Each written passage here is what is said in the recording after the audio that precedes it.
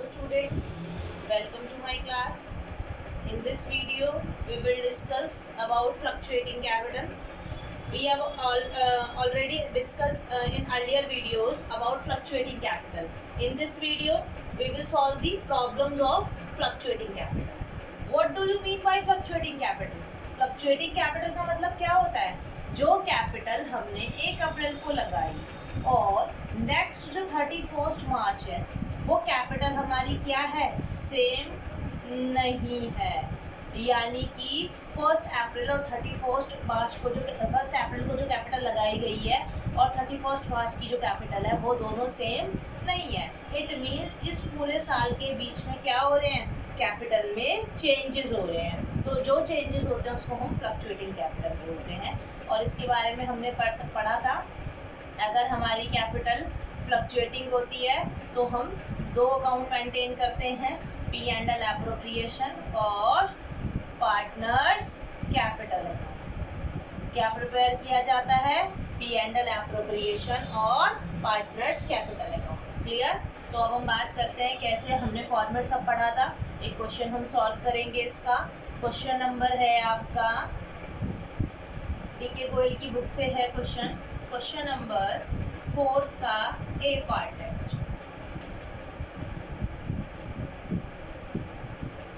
1 अप्रैल 2018 को ए और बी ने बिजनेस स्टार्ट किया और कैपिटल कितनी इंट्रोड्यूस की, 6 लाख और 2 लाख। ए और बी दो पार्टनर हैं। 1 अप्रैल को उनकी जो कैपिटल है वो 6 लाख है और रेस्पेक्टिवली 6 लाख और 2 लाख उन्होंने कैपिटल इंट्रोड्यूस की है। 31 मार्च 2019 को नेट प्रॉफिट गिवन है हमारा 2,40,000 का नेट प्रॉफिट है। ओके, इंटरेस्ट ऑन कैपिटल का जो रेट है वो 6% पर एनम। कितना इंटरेस्ट ऑन कैपिटल का रेट, 6% पर एनम। ओके बच्चों, और बी को सैलरी दी जा रही है, पार्टनरशिप डीड है, क्वेश्चन में बताया गया है कि क्वेश्चन में डीड है पार्टनरशिप, और बी को जो सैलरी दी जा रही है वो 60,000 रुपीज पर एनम दी जा रही है। पर एनम का मतलब पूरे साल, क्योंकि हम पी एंड एल पूरे साल का बना रहे हैं तो अगर सैलरी मंथली दी गई है तो उसको कन्वर्ट कर दिया जाएगा ईयर के अकॉर्डिंग। यहाँ पर ऑलरेडी ईयर की गिवन है। ए और बी ने की ड्राइंग्स भी गिवन है, ए और बी ने ड्राइंग भी की है यानी विड्रॉ किया है उसने। ड्राइंग्स है आपकी ए और बी की 60,000 और 40,000 रेस्पेक्टिवली। ओके, और इंटरेस्ट ऑन ड्राइंग भी गिवन है। सब कुछ क्वेश्चन में मेंशन होता है, 5 नंबर का क्वेश्चन आता है तब भी बच्चे गलत करके आते हैं। इंटरेस्ट ऑन ड्राइंग है आपका 2000 और 1।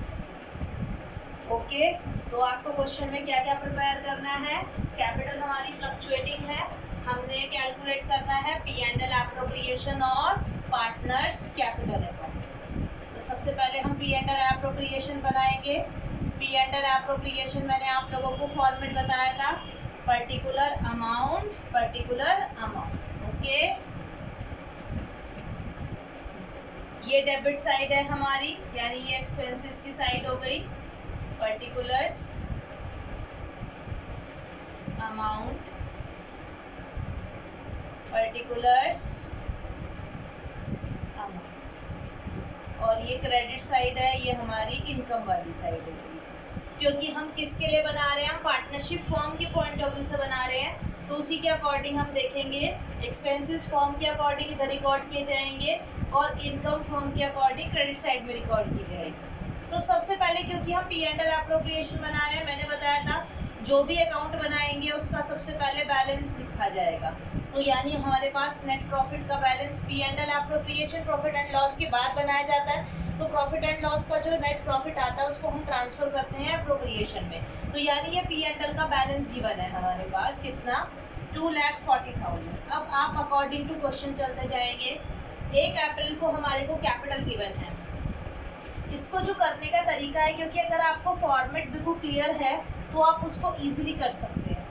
अगर आपको फॉर्मेट क्लियर है, फॉर्मेट में आपको समझाया था, इससे हमारा जो है टाइम सेव होता है। कैसे, अब हम इसमें बनाएंगे पार्टनर्स कैपिटल अकाउंट, साथ साथ बनाएंगे।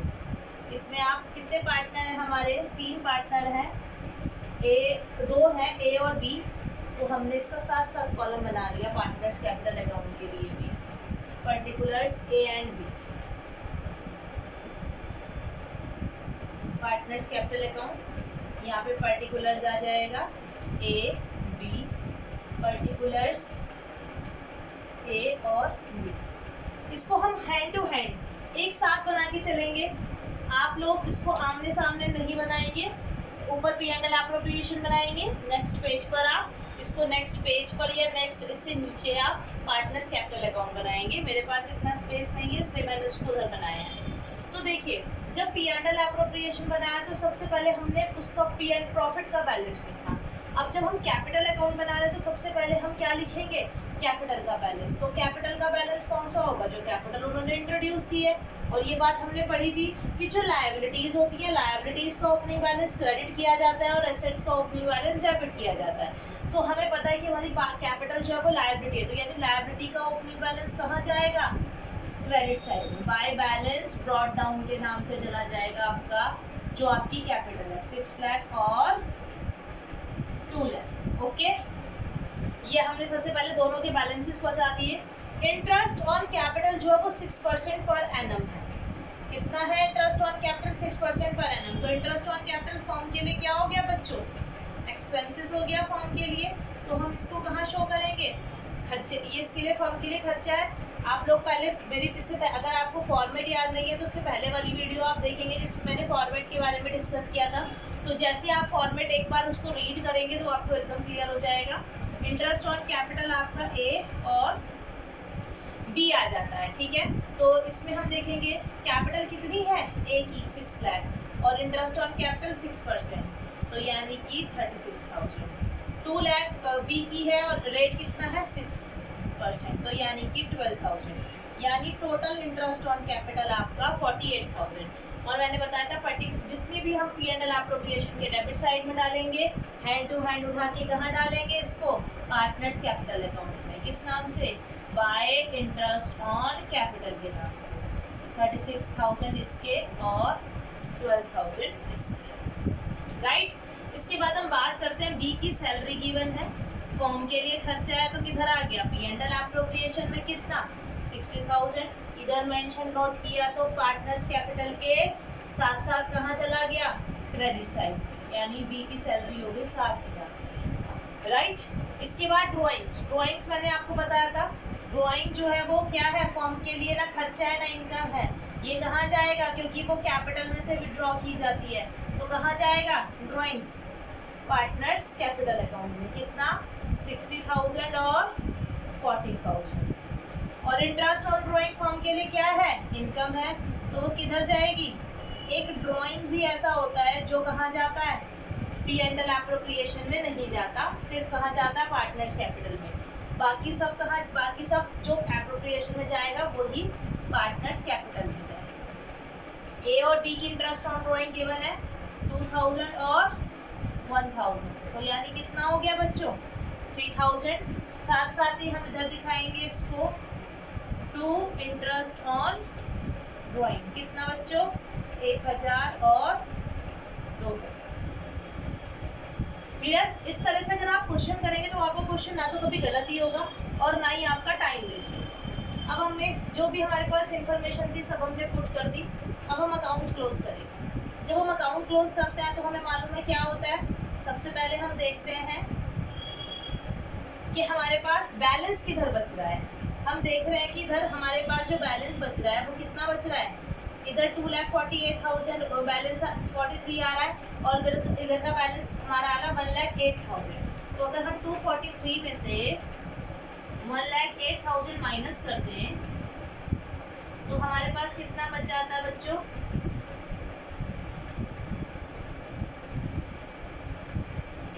1,35,000। कितना बच जाता है?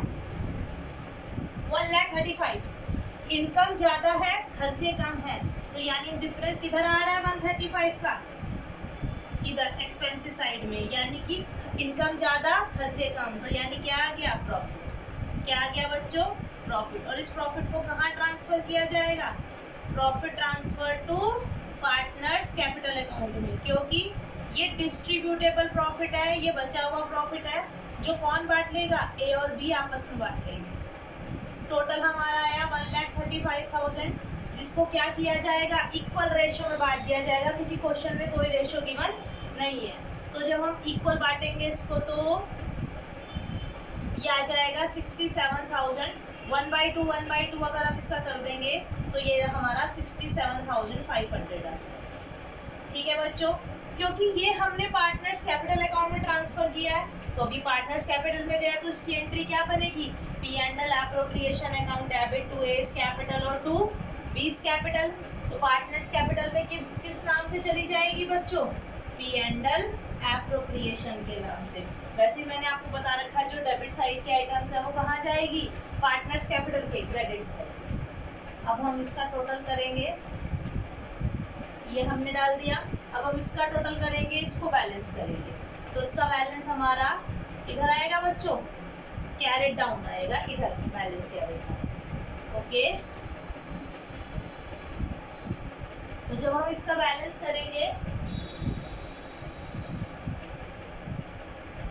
तो हमारे पास आएगा 6,41,500, 6,41,500, और इसका आएगा हमारे पास बच्चों 2,98,500। कैसे आएगा सब लोगों को पता है, इधर का ए का टोटल किया जो, और इधर ए का, ये दोनों टोटल किए, इसके डिफरेंस टोटल में से इसका डिफरेंस माइनस किया तो ये आएगा। सेम ऐसे बी का प्रोसीजर, ये आप 11 से पढ़ते आ रहे हैं। ओके, तो ये क्वेश्चन नंबर 4 का ए पार्ट है जो हमने किया है, इसको आप स्क्रीनशॉट लेंगे। एक मैं क्वेश्चन नंबर आपको 6 और कराती हूँ आज, इसका स्क्रीनशॉट लेंगे बच्चों, इसके बाद में इसको रब करूंगी।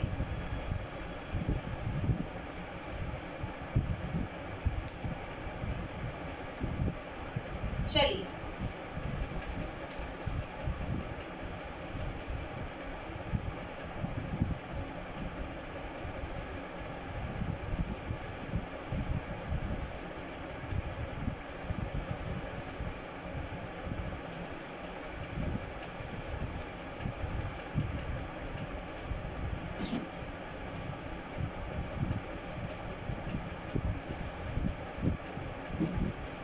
क्वेश्चन नंबर 6 करने से पहले एक बात हम पढ़ेंगे, मैंने आप लोगों को पहले ही बताया था, क्योंकि हमने 11th क्लास में प्रॉफिट एंड लॉस अकाउंट पढ़ा था और हम यहाँ पर पी एंड एल एप्रोप्रिएशन पढ़ रहे हैं।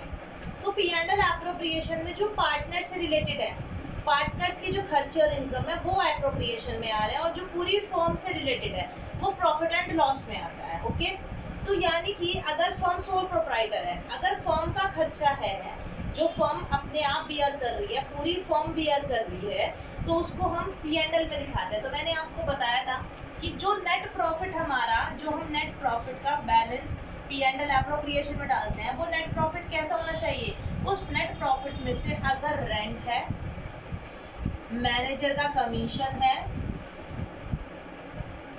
या इंटरेस्ट ऑन लोन है, कुछ ऐसा गिवन है क्वेश्चन, और वो नेट प्रॉफिट में से डिडक्टेड नहीं है, तो यानी जो हम पी एंड एल एप्रोप्रिएशन में बाय नेट प्रॉफिट बीडी दिखा रहे हैं, उसमें से हम ये तीनों चीजें क्या करेंगे, पहले डिडक्ट करेंगे, उसके बाद नेट प्रॉफिट दिखाएंगे। ऐसा क्यों करेंगे, क्योंकि मैंने बताया है रेंट, मैनेजर कमीशन और इंटरेस्ट ऑन लोन ये पूरी फर्म का है, इसका पार्टनर से कोई लेना देना नहीं है। तो जो फर्म का, पूरी फर्म का खर्चा होगा वो हमेशा प्रॉफिट एंड लॉस में आएगा। इसको करने के दो तरीके, या तो आप जो पी एंड एल एप्रोप्रिएशन में नेट प्रॉफिट दिखा रहे हो उसमें से इसको माइनस कर देंगे, या फिर आप क्या करेंगे, जो भी आपके पी एंड सबसे पहले प्रॉफिट एंड लॉस बनाएंगे और उस प्रॉफिट एंड लॉस में ये खर्चे डेबिट साइड में दिखाएंगे, इसको जीपी दिखाएंगे और जीपी में से हम इसको माइनस करेंगे तो हमारे पास खर्चे माइनस करेंगे तो ये नेट प्रॉफिट आ जाएगा। वो आपकी चॉइस है कि आप पी एंड एल बना के एप्रोप्रिएशन बनाएं या डायरेक्ट नेट प्रॉफिट में से अगर ये दिया है तो उसको आप माइनस कर दें। ओके, ये मैंने आपको इससे पहले भी बताया था, अभी दोबारा बताया है। इसमें अब आप देखेंगे क्वेश्चन नंबर आपका 6 है बच्चों।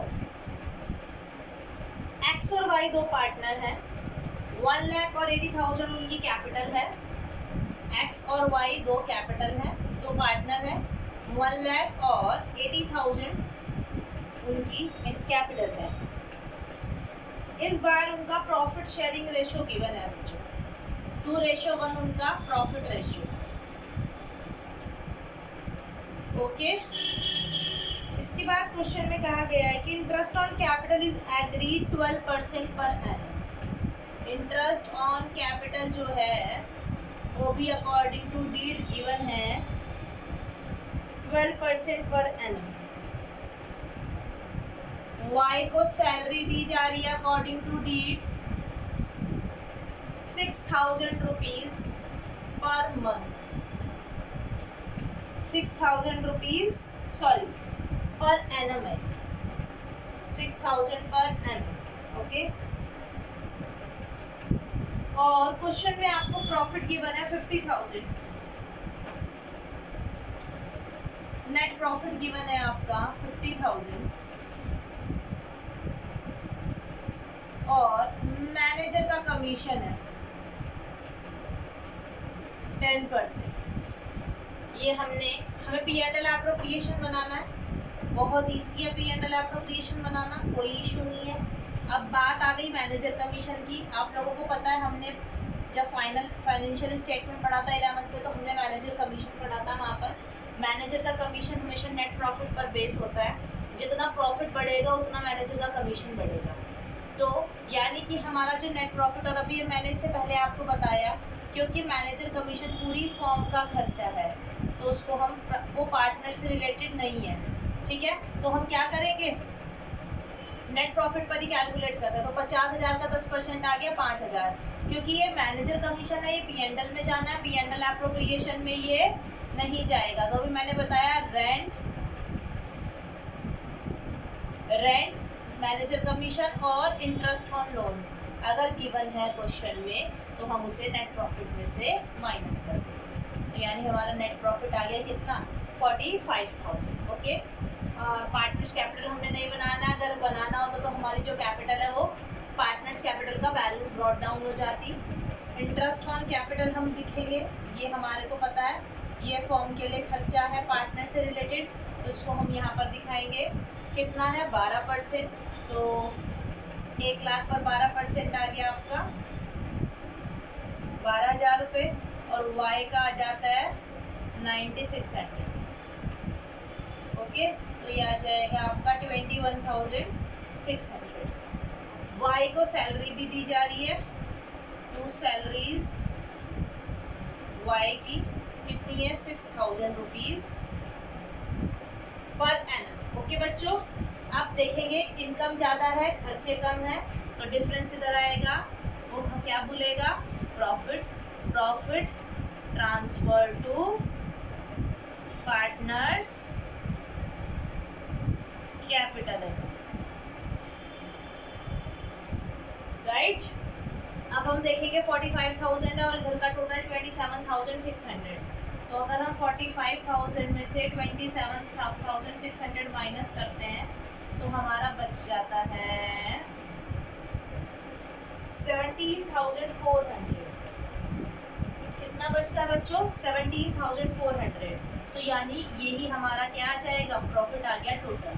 इसको हमने किस रेशियो में डिस्ट्रीब्यूट करना है, किस रेशियो में डिस्ट्रीब्यूट करना है, 17,400 को 2:1 में। कैसे डिस्ट्रीब्यूट किया जाता है बच्चों, जितना रेशियो गिवन है इनका टोटल कर लो। इनका टोटल कितना हो गया, 3, यानी 3 दोनों के नीचे हो गया।